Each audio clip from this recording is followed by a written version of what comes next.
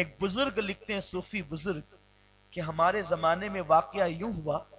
کہ ایک مرد کو 5 بیٹیاں تھیں، بیٹیاں 5، بڑی بیٹی بڑی خوبصورت اور حسین، پورے محلے میں اس جیسا کوئی نہ تھا، ذہین بھی تھی، چتر چالاک بھی تھی۔ باپ کو ایسا مہلک مرض لگا، بستر پہ پڑ گئے،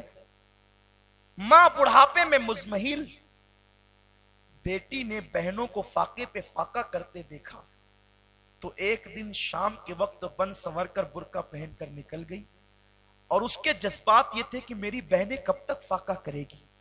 میری بہنیں کب تک مصیبت میں زندگی گزارے گی۔ باپ درد سے رات رات پر سسکتا ہے، لوگوں سے بھیک مانگ مانگ کے تھک گئے ہیں، لیکن کوئی مسلمان ہماری مدد کے لیے تیار نہیں۔ آخرکار بوڑھے باپ کا علاج، بہنوں کے لیے پیٹ کی آگ بجھانے کا سامان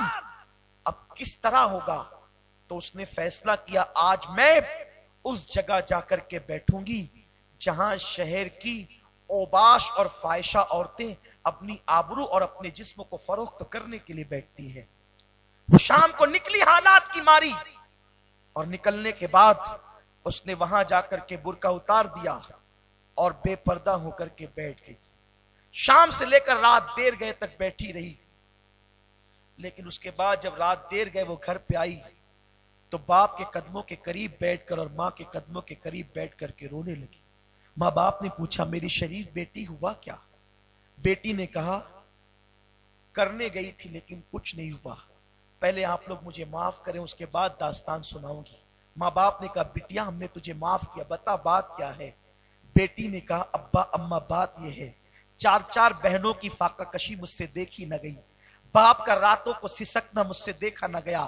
باپ کے علاج کے پیسوں کے لیے اور بہنوں کی بھوک کو مٹانے کے لیے میں نے فیصلہ کیا تھا، شہر کی عورتیں جہاں آبرو فروخت کرتی ہے اور جسم بیچتی ہے میں بھی وہاں جاؤں گی، جب کوئی شوقین آئے گا تو بہت زیادہ میں مطالبہ رکھوں گی، اور اس کے بعد ڈھیر سارے پیسے لے کر اپنے باپ کے علاج کا سامان کروں گی، بہنوں کی بھوک کا ازالہ کروں گی۔ لیکن میری ماں اور میرے باپ سن لو، جب میں وہاں جا کر کے بیٹھی تو پورے کوٹے پر مجھ سے زیادہ خوبصورت کوئی عورت اور کوئی لڑکی نہ تھی، لیکن ایک عجیب منظر میں نے دیکھا، جو بھی آتا مجھ جیسی خوبصورت لڑکی کے قریب آ کر خدا جانے اس کو کیا ہو جاتا کہ اس کی نظریں شرم سے جھک جاتی۔ مجھ سے کم حسن والی لڑکیاں وہاں تھی، لوگ ان کا ہاتھ پکڑ پکڑ کر سودے کرتے تھے اور لے کر کے جاتے تھے، میرے حسن کے قریب آنے والا اپنی پلکیں جھکا دیتا اور ادب کے ساتھ گزر جاتا، خدا جانے وہ کیا تھا میں سمجھ نہ سکی، آدھی رات تک کے بیٹھی رہی، آنے والے آتے رہے، بازار کی رونقیں ختم ہو گئی، مجھ سے کم حسن والیوں کو لوگ لے کر کے گئے، مجھے لے کر نہ گئے، بلکہ میری طرف کسی نے دیکھا بھی نہیں۔ باپ نے پوری طاقت سمیٹی اور اٹھ کر کے رونے لگا، سسکیاں بھرنے لگا، اور بیٹی کے سر پہ ہاتھ رکھ کے کہتا ہے، بیٹی ایک رات نہیں،